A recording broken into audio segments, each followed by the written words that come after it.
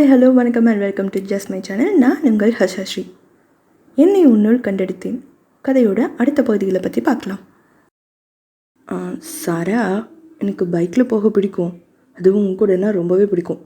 இன்றைக்கி நம்ம கார் வேணாம், பைக்லேயே போகலாமா? உனக்கு ஓகே தானே என்று ஆதர்ஷ் வினவியதும் ஆச்சரியத்தில் இருந்த அக்ஷராவின் கண்கள் மட்டுமே அசைந்தது. அதை பார்த்த அவனும் புன்னகையுடன் ஸ்வீட், வண்டியில் ஏறு போலாம் என்று கூறி கோவிலுக்கு அழைத்து சென்றான். கோவிலில் அர்ச்சனை தட்டு வாங்கிய பின் என்ன நினைத்தானோ, உனக்கு பூ ரொம்ப பிடிக்கும்ல, என்ன பூ வேணுமோ வாங்கிக்கோ என்று கூறியதும் அவளும் சிரிப்புடன் மல்லிகா, இல்லை ரெட் ரோஸ் என்று இரண்டையும் மாறி மாறி பார்த்தாள். அவனிடம் குழப்பமாக திரும்பி இதுவா அதுவா என பாவமாக கேட்க அவளது செயலில் தன்னை இழந்தவன், ரெண்டுமே வச்சுக்கோ, இதில் என்ன இருக்குது என்று வாங்கி கொடுத்து இரண்டையுமே வைத்து கொண்டாள். தேங்க்யூ. என்ன விஷயம், எதுக்கு தேங்க்ஸ்ன்னு சொல்லலாமே என்று கேட்டான். அதுவா, என்னென்னு தெரியல, அதை காலையிலேருந்து நீங்கள் பண்ணுறது, என்னை சுற்றி நடக்கிறது எல்லாமே இவ்வளோ நாள் இல்லாமல் எனக்கு ஏதோ கொஞ்சம் டிஃப்ரெண்ட்டாகவே இருக்குது. ஆனால் எல்லாமே எனக்கு பிடிச்சதும் கூட. அதான் ஏதோ மேஜிக் மாதிரி இருக்குது. நீங்கள் நைட்டு விஷ் பண்ணது கூட எனக்கு பிடிச்ச கலரில் இந்த சாரீ எடுத்து கொடுத்தது, எனக்கு பிடிச்சதை நீங்களே செஞ்சு ஊட்டி விட்டது. அண்ட் அதோட அப்போ தான் நினச்சேன், பைக்கில் போனால் நல்லா இருக்குமேன்னு. வெளியில் வந்து பார்த்தா எனக்கு பிடிச்ச ஆரியில் நீங்கள் எனக்காக வெயிட் பண்ணுறீங்க. அதில் போகலாமன்னு வேறு நீங்கள் கேட்குறீங்க. எனக்கு எல்லாமே ஷாக் அண்ட் ஸ்வீட் சர்ப்ரைஸ் இல்லை? அவன் ஆச்சரியமாக பார்க்க, அதனால்தான் பூ வாங்கும்போது கூட நீங்களா எனக்கு கேட்குறீங்களா இல்லையான்னு பார்க்கறதுக்காக நான் அமைதியாகவே உங்களை பார்த்துட்டு நின்னேன். பட் அதுவும் நடந்துருச்சு. அதான் ஐம் ஸோ ஹாப்பி என்று அவள் புன்னகைத்த ஆதர்ஷும் சிரித்தான். Shock sweet surprise. அதனால தான் அப்பப்போ முட்டைக்கண்ணை நல்லா விரித்து பேபி டால் மாதிரி பார்க்குறியா? அதுலேயே தெரியுதே மேடம் செம்ம ஹாப்பின்னு என்று கூறியதும் அவளும் சிரிப்புடனே அவன் கை கோர்த்து நடந்தாள். பின் கோவிலை சுற்றிவிட்டு வெளியே வந்ததும் அவளுக்கு வேண்டுமென்பதை வாங்கி கொடுத்துவிட்டு சிறிது நேரத்திற்குள் வீட்டிற்கு வந்ததும் அனைவருடனும் சேர்ந்து உண்டு முடித்து எல்லோரும் ஒன்றாக அமர்ந்து பேசிக்கொண்டு கிண்டல் செய்து கொண்டும் இருந்தனர். வீடே கோலாகலமாக இருந்தது. பெரியவர்கள் அனைவரும் மன நிறைவுடன் சென்று சற்று நேரம் உறங்கலாம் என சென்று விட்டனர். மாலை அக்ஷாவின் பிறந்தநாள் என கேக் வெட்ட ஏற்பாடு செய்யப்பட்டிருந்தது. மகிழ்ச்சியும் கொண்டாட்டமுமாக அனைவரும் அவளுக்கு ஒரு பரிசுகளை கொடுக்க அம்பிகா அவளிடம் வந்து வாழ்த்து கூறிவிட்டு, நேற்று ருத்ராவை பார்த்துட்டு வந்தம்மா, அவன்கிட்ட பேசினேன். இன்னைக்கு உனக்கு பிறந்த நாள்னு சொன்னதும் அவன் ரொம்ப சந்தோஷப்பட்டான். உனக்காக ஒரு கிஃப்ட்டு உன்கிட்ட இருந்து எடுத்ததை அவன் உனக்கே கொடுக்க சொல்லிட்டான் என கூறி ஒரு சின்ன பாக்ஸ் ஒன்றை தந்தார். அதை வாங்கி வைத்து கொண்டவள், என்கிட்ட இருந்து அவர் எடுத்ததா என்று குழப்பமாக யோசித்தாலும் இப்போதைக்கு மற்றவர்களை கவனித்தாள். சாந்தியும், சரி ஆதர்ஷ், நீ என்ன கிஃப்ட் அவளுக்கு கொடுக்க போற என்று கேட்க வாசு விக்ரம் இருவரும், ஹேடா அண்ணி, நீங்கள் வேற, நேற்று நைட்டில் இருந்தால் அவன் ஒரே கிஃப்டாக மட்டும்தான் கொடுத்துட்ருக்கான். வேணும்னா கிஃப்ட் கொடுக்கறது எப்போ முடியும்னு கேளுங்க.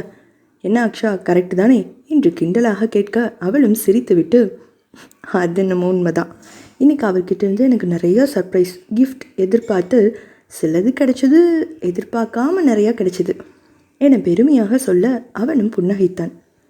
சரி, இன்னும் கடைசியாக ஒரே ஒரு கிஃப்ட் இருக்கு என்று அவன் கூறினான். அக்ஷாவோ இன்னுமா என நினைத்தவள் என்னவாக இருக்கும் என்று ஆர்வமாக யோசித்தாள். அவன் அறையினுள் சென்று கிட்டார் வாசிப்பது போன்ற ஒரு பொம்மையை எடுத்து வந்தான். அதை பார்த்தவள் அதிர்ச்சியா ஆச்சரியமா என கூற முடியாமல் தத்தளிக்க அவள் வீட்டினரிடம் திரும்பி பார்த்தாள். அந்த பொம்மையை பற்றி நீங்கள் அவர்கிட்ட ஏதாவது சொன்னீங்களா என்று கேட்க அவர்களும் இல்லை என்பது போல தலையசைத்தனர். அவள் அருகே வந்த ஆதர்ஷ் அவளிடம் பொம்மையை நீட்ட அதை சிறிது கைகள் நடுங்க வாங்கினாள். ஹாப்பி பர்த்டே அச்சு என்று அவன் கூறியதும் அவள் இமைக்க மறந்து அவனையே பார்த்தாள். பின் அவன் சொடக்கிட்டு நிகழ்வுலகிற்கு கொண்டு வந்தவன், கிஃப்ட் பிடிச்சிருக்கா என்று கேட்டதும் அவள் திக்கி திணறி, ரொம்ப பிடிச்சிருக்கு. பிடிச்சா ஓகே தான். ஷாக் ஆகி அப்படியே ஃப்ரீஸ் ஆகி நின்னியா, அதனால தான் பிடிக்கலையோன்னு கொஞ்சம் டவுட்டு. இதை கவனித்த பிரியா, அது வேற ஒன்றும் இல்லை ஆதர்ஷனா, அவளுக்கு அச்சுன்னு கூப்பிட்டா பிடிக்காது, அவள் வேண்டாம்னு சொல்லுவா அதனாலயா இருக்கும் என்று கூறி முடிக்க, ஓ, அச்சுன்னு கூப்பிட்டா பிடிக்காதா? அப்படின்னா இனிமேல் நான் என்று ஆதர்ஷ் முடிப்பதற்குள், ஆ, இல்லை இல்லை, மற்றவங்கள கூப்பிட வேணான்னு சொல்லுவேன், ஆனால் பிடிக்காதுன்னு இல்லை. நீங்கள் அப்படியே கூப்பிடுங்க, எனக்கு ஒன்றும் ப்ராப்ளம் இல்லை என்று அவள் கூறி முடிக்க, சஞ்சுவும், மற்றவங்கள கூப்பிட வேண்டாம்னா பிடிக்கலன்னு தானே அர்த்தம், அதென்ன அவர் மட்டும் கூப்பிட்டா உனக்கு ஓகேவா என்று வம்பிழுக்க கேட்டாள். அக்ஷராவிற்கு இதற்கு என்ன பதில் சொல்ல வேண்டும் என்றே புரியவில்லை.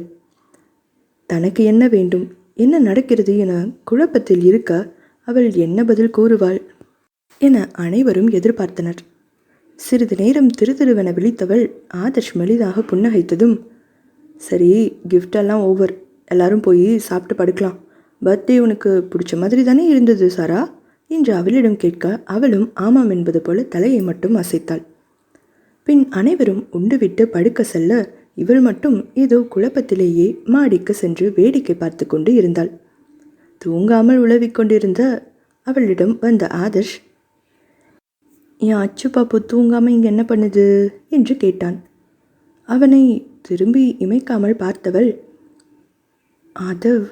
அது வந்து எனக்கு பிடிச்சி, ஆனால் ஏதோ குழப்பமாக இருக்குது, நான் உங்ககிட்ட கேட்கணும் இல்லை சொல்லணும் என்று திணறி கொண்டிருக்க ஆதர்ஷ் அவள் அருகில் வந்தவன் இரு கைகளிலும் அவள் முகத்தை ஏந்தி தன்னை நேருக்கு நேர் பார்க்க செய்தான்.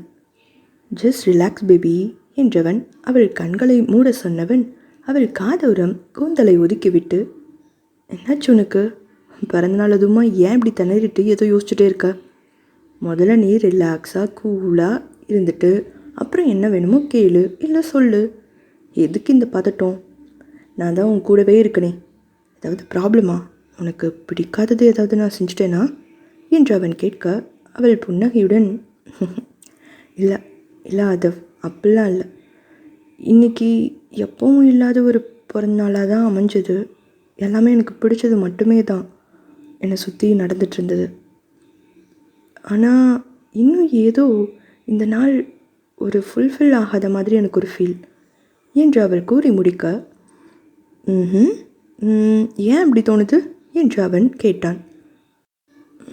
தெரியல, எனக்குள்ளே நிறைய கேள்வி இருக்குது, பட் பதில் எனக்கே தெளிவாக தெரியாத பல விஷயங்கள் நீங்கள் செஞ்சீங்க, அது எனக்கு பிடிச்சிருக்குன்னு நான் முழு மனசோடு ஏற்றுக்கிட்டேன், இன்னும் சொல்லப்போனால் இன்னும் மனசு முழுக்க ஒரு சந்தோஷம் இருந்தது, ஆனால் அதுவே மற்றவங்க செய்கிறேன்னு சொன்னாலோ செஞ்சுருந்தாலோ நான் அது ஒரு விஷயமாக கூட எடுத்திருக்க மாட்டேன், பட் அதுதான் ஏன்னு எனக்கே புரியல, அதுவும் அந்த அச்சு, அந்த பேர் நீங்கள் கூப்பிட்டது கூட எனக்கு பிடிச்சிருக்கு, ஆனால் அதை மற்றவங்க கூப்பிட்டா நான் நோ தான் சொல்லுவேன், ஏனோ இது எல்லாமே கனவுல முன்னாடியே நடந்த மாதிரி இருக்குது, நிறையா படம் பார்த்து கெட்டு போயிட்டனோன்னு நினைக்கிறேன், இவ்வளோ யோசிச்சா ட்ராமட்டிக்காக தான் இருக்கும், ஆனால் இன்றைக்கி எனக்கு கிடைச்ச எல்லா விஷயமுமே, ஏன் சின்ன சின்ன விஷயம் கூட ஏதோ முன் ஜென்மத்தில் உங்ககிட்ட நான் கேட்ட மாதிரியே தோணுது, அதுதான் எனக்கு புரியாமல் யோசிச்சுட்டு இருந்தேன் என்று கூறியதும் அவளை இனிமைக்காமல் பார்த்தவன்,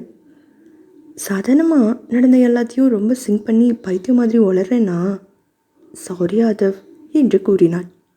இறுதியாக அவன் கண்களை பார்த்து, ஆதவ், நான் உங்கள் வாழ்க்கையில் இப்போ தான் வந்தேனா, உங்களுக்கு அந்த மாதிரி எதுவுமே தோணலையா, முன்னாடியே நம்ம மீட் பண்ண மாதிரிலாம் என்று அவள் கேட்டதும், இதற்கு மேல் தாங்காது என நினைத்தவன் பெருமூச்சுடன் அவளை விட்டு விலகினான். அவளிடம் வந்து, நீ சொல்கிறது எல்லாமே நிஜம்தான் சாரா, இதெல்லாம் கனவில்லை, முன் ஜென்மத்திலையும் நடக்கலை, இதே ஜென்மத்தில் தான் இந்த குட்டி அச்சு என் வாழ்க்கையில் எப்போவோ வந்துட்டா, அந்த குட்டி அச்சுவும் சரி, இந்த வளர்ந்த சாராவும் சரி, எப்படி தான் என் மேலே இவ்வளோ பாசத்தை காட்டுறாங்களோ தினமும் நான் ஆச்சரியப்பட்டு இருக்கேன் தெரியுமா, அந்த விஷயத்தில் 2 பேருக்குமே வித்தியாசமே இல்லை என்று அவன் அணைத்து கொண்டான். அப்போ நாம் இதுக்கு முன்னாடியே மீட் பண்ணியிருக்கோமா, எப்போ, எப்படி, எனக்கு எதுவுமே ஞாபகமே இல்லை என்று அவள் சற்று ஆச்சரியமாக கேட்க, அடுத்த நொடியே, நான் தான் உங்களை மறந்துட்டேனா, பட் ஏன் மறந்தேன் என்று வருத்தமும் கொண்டாள்.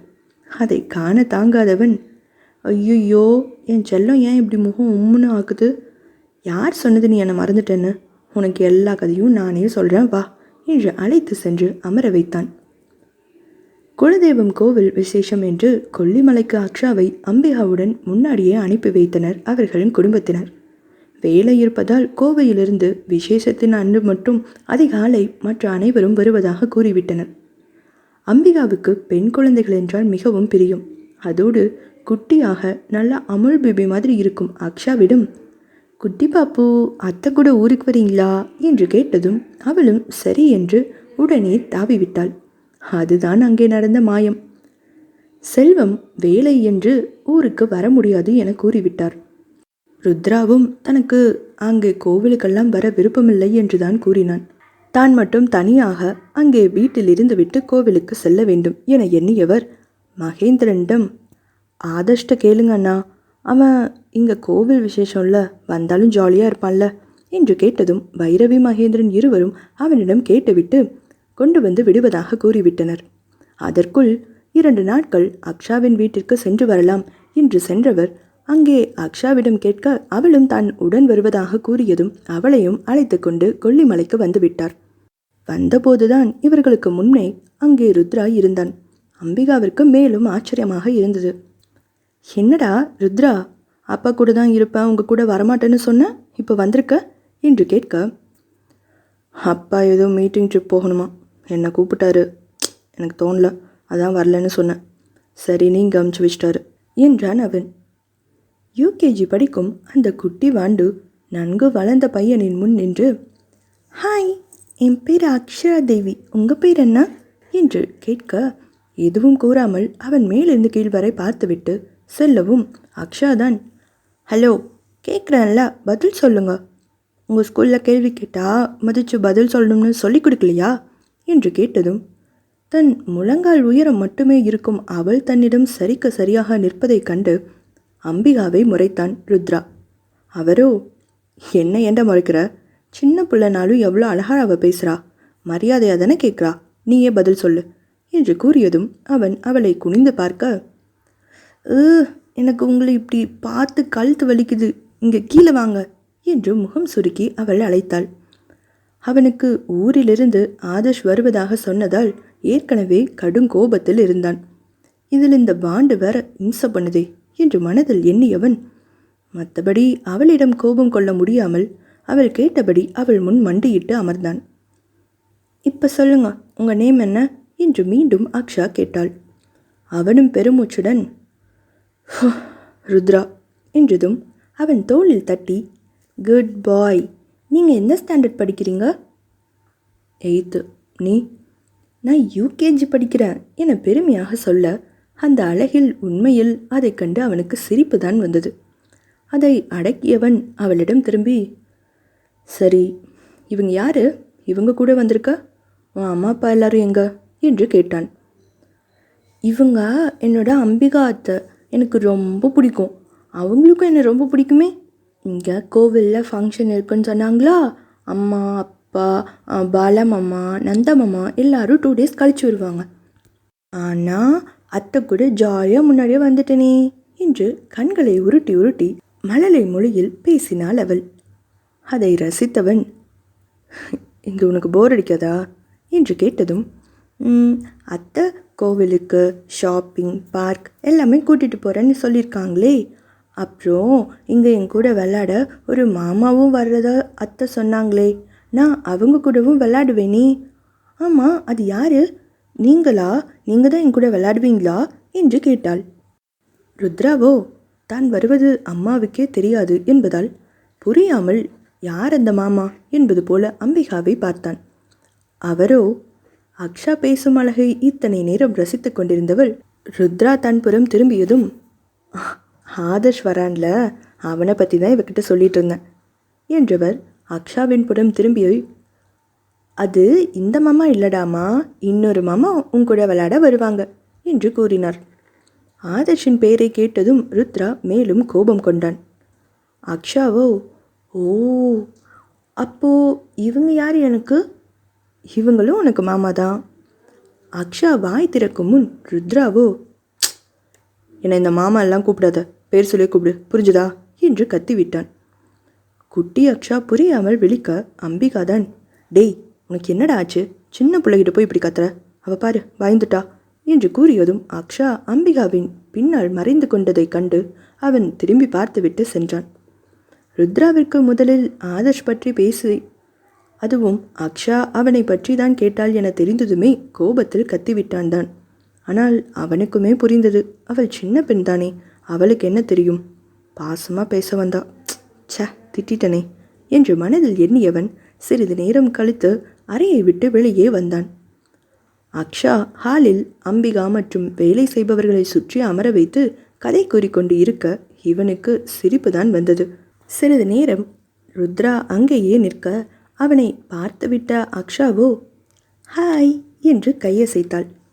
அவனை எப்படி கூப்பிடுவது என தெரியாமல் வெறும் ஹாயோடு நிறுத்திவிட, உங்களுக்கு கதை சொல்லணுமா, இங்கே வந்து உட்காருங்க என்று கேட்டதும் அவனும் சிரித்து கொண்டே, ஆனால் அவளிடம் வெளிப்படையாக காட்டாமல் கொஞ்சம் வம்பிழுக்க எண்ணி, அதெல்லாம் ஒன்றும் வேண்டாம், நான் இங்கேயே உட்காந்துக்கிறேன், கதை சொல்கிறதுனா சத்தம் வராமல் சொல்லணும், நான் புக் படிக்க போகிறேன், என்னை டிஸ்டர்ப் பண்ணாத, புரியுதா என்றதும் அவள் சட்டென முகம் வாடிவிட, ஆனால் வேகமாக தலையாட்டினாள். அம்பிகாதான், இவன் ஒருத்தன் எப்போ பாரு பிள்ளைங்ககிட்ட கடுகுடுன்னு, நீ கதை சொல்டாமா என்று கூறியதும் அக்ஷா கிழக்கென சிரித்துவிட்டு ருத்ராவை பார்க்க அவனோ முறைத்ததும் கப் சுப் என வாயை மூடிக்கொண்டாள். ருத்ராவிற்கு அவளது செய்கைகள் அனைத்தும் சிரிப்பையே தூண்ட, அன்று மாலை வரை அவள் அனைவரிடமும் பேச, யாருடனாவது விளையாட, எதையாவது செய்து கொண்டே இருக்க என துருதுருவென்று சுற்றி கொண்டே இருந்தாள். அவ்வப்போது ருத்ராவிடமும் பேச, ஆனால் அவனை மாமா என்றோ பெயர் சொல்லியோ அழைக்கவே இல்லை. ருத்ரா அதை கண்டுகொண்டவன், இத்துணூண்டு இருந்துக்கிட்டு என்னம்மா ரோஷம் வருது இவளுக்கு என்றவன், பார்க்கலாம் எவ்வளோ நேரத்துக்கு நீ எதுவுமே கூப்பிடாம இருக்கேன்னு என்று மனதில் நினைத்தபடியே அடுத்தடுத்து வேலைகளை பார்த்து கொண்டிருந்தான். ஆனால் ஒன்றை செய்யாதே என்றால் அவள் செய்யவே மாட்டாள். உடன் விளையாடினால் நன்றாக விளையாடுவாள். ஆனால் ஏதோ பார்த்து பார்த்து அவள் தன்னுடன் இருப்பது போலவே உணர்ந்தான். அது தான் அவளை விட பெரியவன் என்பதாலா, இல்லை சில நேரம் அவளிடம் தான் கோபம் கொள்கிறேன் என்பதாலா, ஏன் அவளுக்கு தன்னிடம் இத்தனை தயக்கம் என்று யோசித்தவன் பதில் கிடைக்காமல் அப்படியே விட்டுவிட்டான். ஆனால் அவள் பிறருடன் விளையாடுவது பேசுவது போல தன்னுடன் சகஜமாக இல்லை என்பதை மட்டும் நன்றாக உணர்ந்தான். சரி, சின்ன பொண்ணு தானே, அதுவும் வந்ததும் வேற திட்டேன், அவளும் பாவம் என்ன பண்ணுவா, பயந்துருப்பா, கொஞ்ச நேரம் போகட்டும், அப்புறம் அவளாவே சாதாரணமாக பேசிவான், நம்மளும் பேசிக்கலாம். ஆனால் ரொம்ப சேட்டை பண்ணுறாளே வாளு என்று அவளை பற்றி எண்ணியவன் அமைதியாக சென்று விட்டான். அனைத்தும் மாலை ஆதர்ஷ் வரும் வரை மட்டுமே. மாலை மகேந்திரன் ஆதர்ஷ் இருவரும் வந்ததும் அம்பிகா சென்று அவர்களை வரவேற்றார்.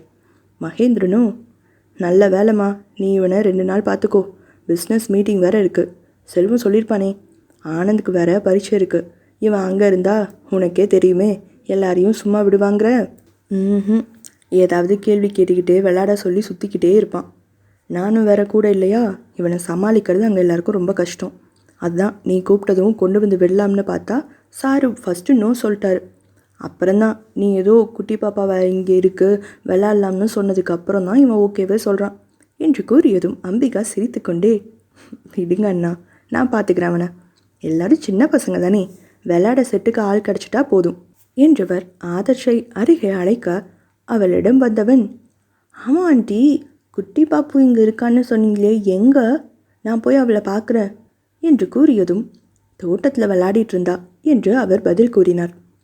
அக்ஷா குட்டி, யார் வந்திருக்காங்க பாரு, கேட்டுட்டே இருந்தியே என்று அம்பிகா அவளை அழைக்க, உள்ளிருந்து ஓடி வந்தாள் அக்ஷா. ஓடி வந்த வேகத்தில் தடுக்கி விழுந்துவிட அனைவரும் ஹே பார்த்து பார்த்து என்று கூறினாலும் ஆதர்ஷ் ஓடி சென்று மற்றவர்கள் வருவதற்குள் அவளை தூக்கிவிட்டான். அவனை பார்த்து வாய் பிதுக்கி கையில் காலில் பட்டிருந்த சேரை காட்டி அவள் அழ தயாராக, ஒன்றும் இல்லை, நம்ம வாஷ் பண்ணிக்கலாம் சரியா, நான் உனக்கு ஹெல்ப் பண்ணுறேன், அழக்கூடாது ஓகே என்று அவன் சமாதானமாக கூற, அவளும் சிறிது முழித்துவிட்டு என்று மட்டும் தலையசைத்தாள். அதற்குள் அம்பிகா, மகேந்திரன் மற்றும் வேலை செய்யும் சிலரும் அங்கே வந்து இவர்கள் பேசியதை கேட்டு சிரித்துவிட, அக்ஷா மீண்டும் ஆதர்ஷை பாவமாக பார்த்தாள்.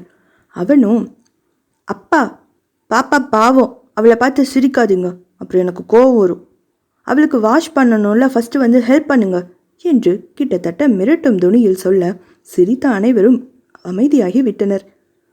சரி சரி, இதோ வரோம், ஹெல்ப் பண்ணுறோம், வா என்று அவனை அழைத்து கொண்டு தண்ணீரை எடுத்து அவளுக்கு ஊற்றிவிட்டு சுத்தம் செய்தனர். மகேந்திரனும் சற்று நேரம் ஆவலுடன் இருந்து அக்ஷாவிடம் பேசிவிட்டு, எப்படியோம்மா செட் ஆகிடுச்சுங்க, இனி அதுங்க பாட்டுக்கு விளையாடும் என்று கூறிவிட்டு அவர் கிளம்பி சென்றார். இவர்களை ஹாலில் விட்டுவிட்டு அனைவரும் வேலை பார்க்க இருவரும் அங்கேயே சுற்றி கொண்டு பேசிக்கொண்டே இருந்தனர்.